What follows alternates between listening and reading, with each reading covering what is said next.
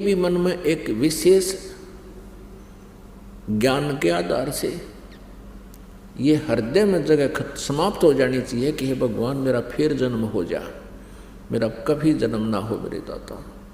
क्योंकि मान लीजिए आपका फिर जन्म हो गया, जन्म होते ही फिर वही प्रोसीजर, बचपन में शिक्षा ग्रहण करो,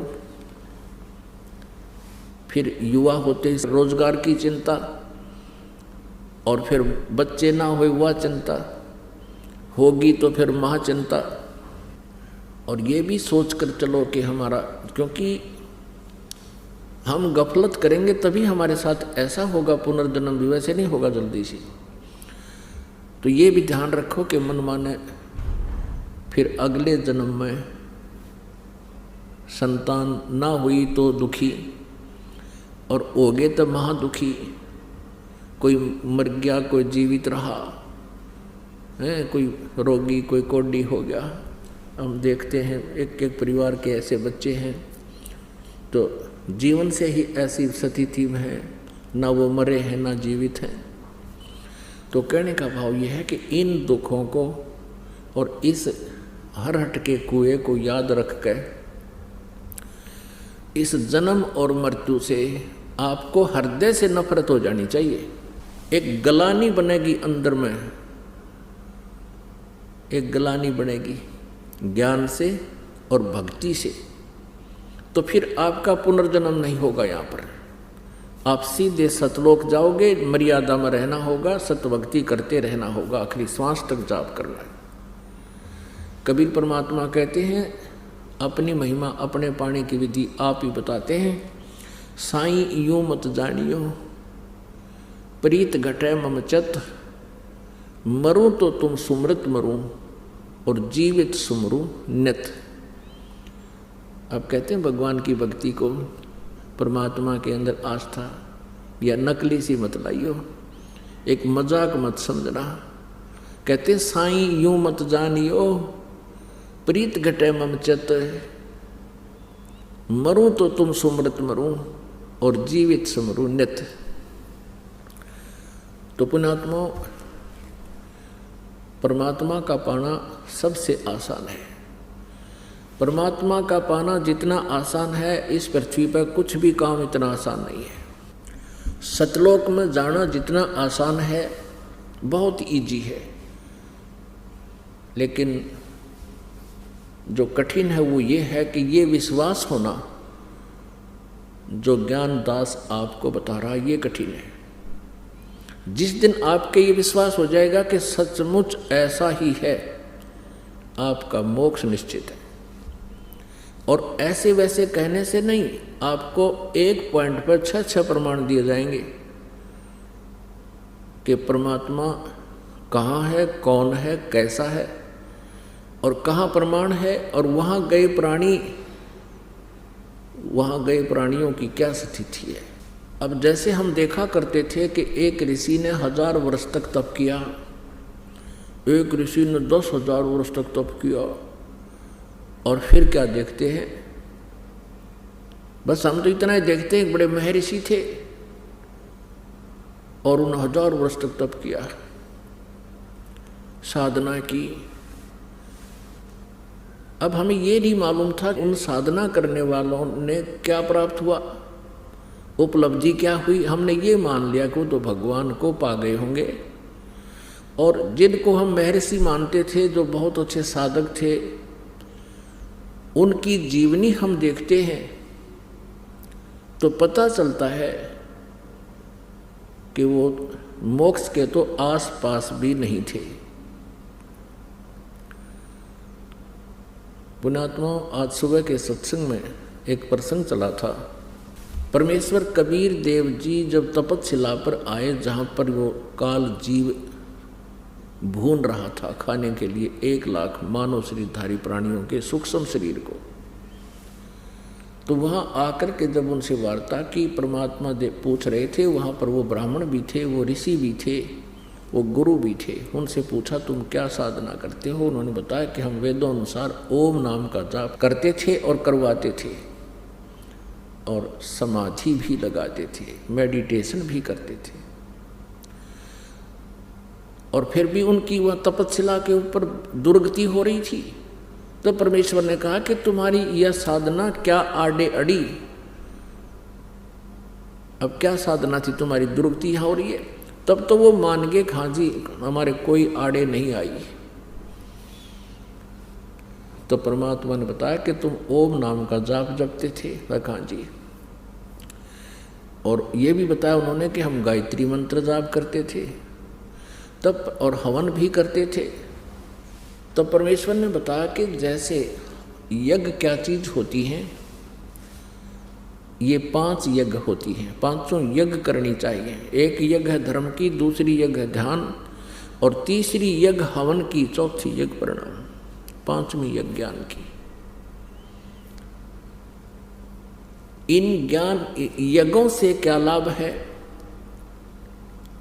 यज्ञों से मोक्ष नहीं है, यज्ञों से मोक्ष नहीं होता। एक मंत्र है, परमात्मा के पाने का एक नाम है, मंत्र है, जाप है, उससे मोक्ष होता है। लेकिन उस मोक्ष प्राप्ति में ये यज्ञ सहयोगी हैं, ये यज्ञ सहयोगी हैं। कैसे? जैसे खेत में किसान बीज बीजता है, गेहूं का बीज बीज दिया और खाद और पानी डाला नहीं तो वो बीज व्यर्थ रहेगा।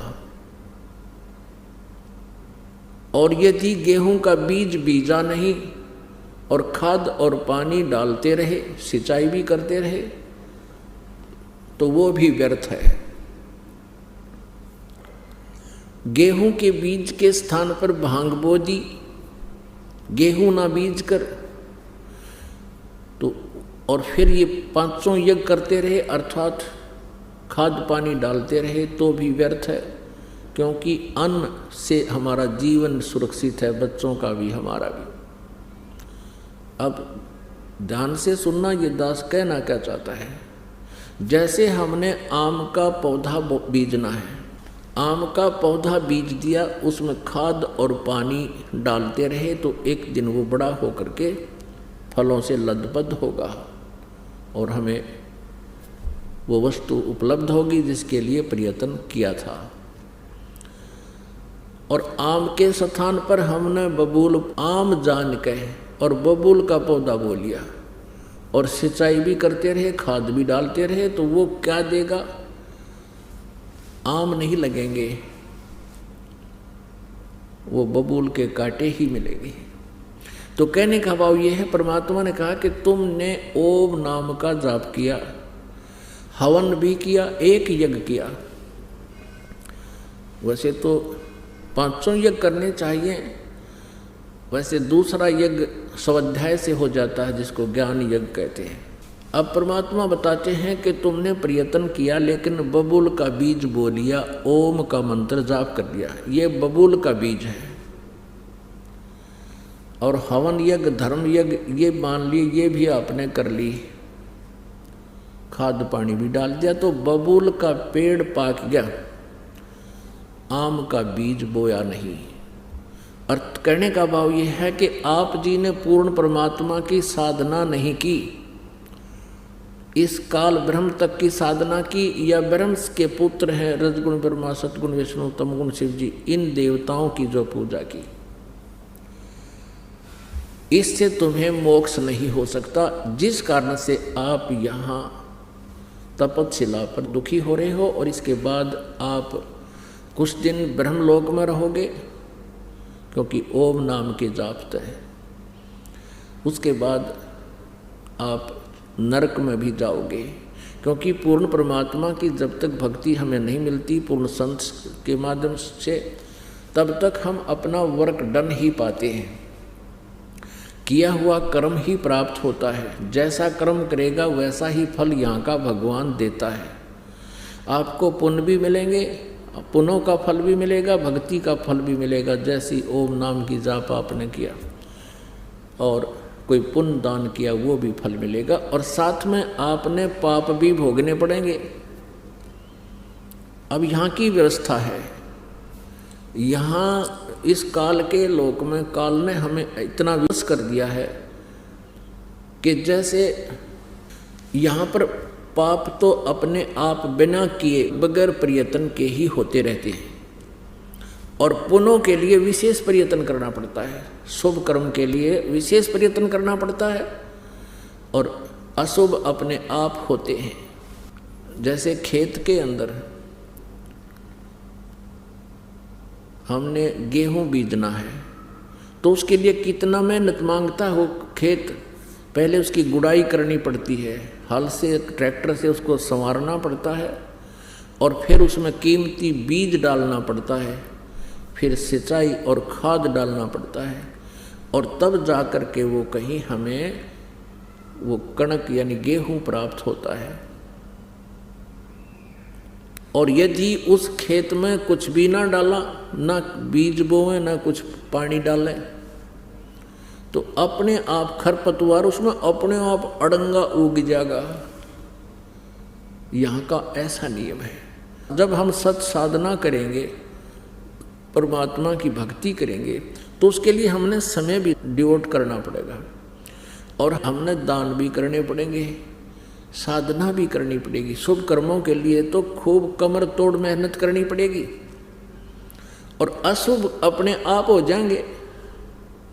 पृथ्वी ऊपर पग जो धारे, करोड़ जीव एक दिन में मारे। सत्य ब्राह्मण की है हत्या, जो चौका तुम देवो नेता। ब्राह्मण सेंस हत्या जो होई, जल स्नान करत हो सोई। खान पान में दमन प्राणी, कैसे पावो मोक्ष निशानी।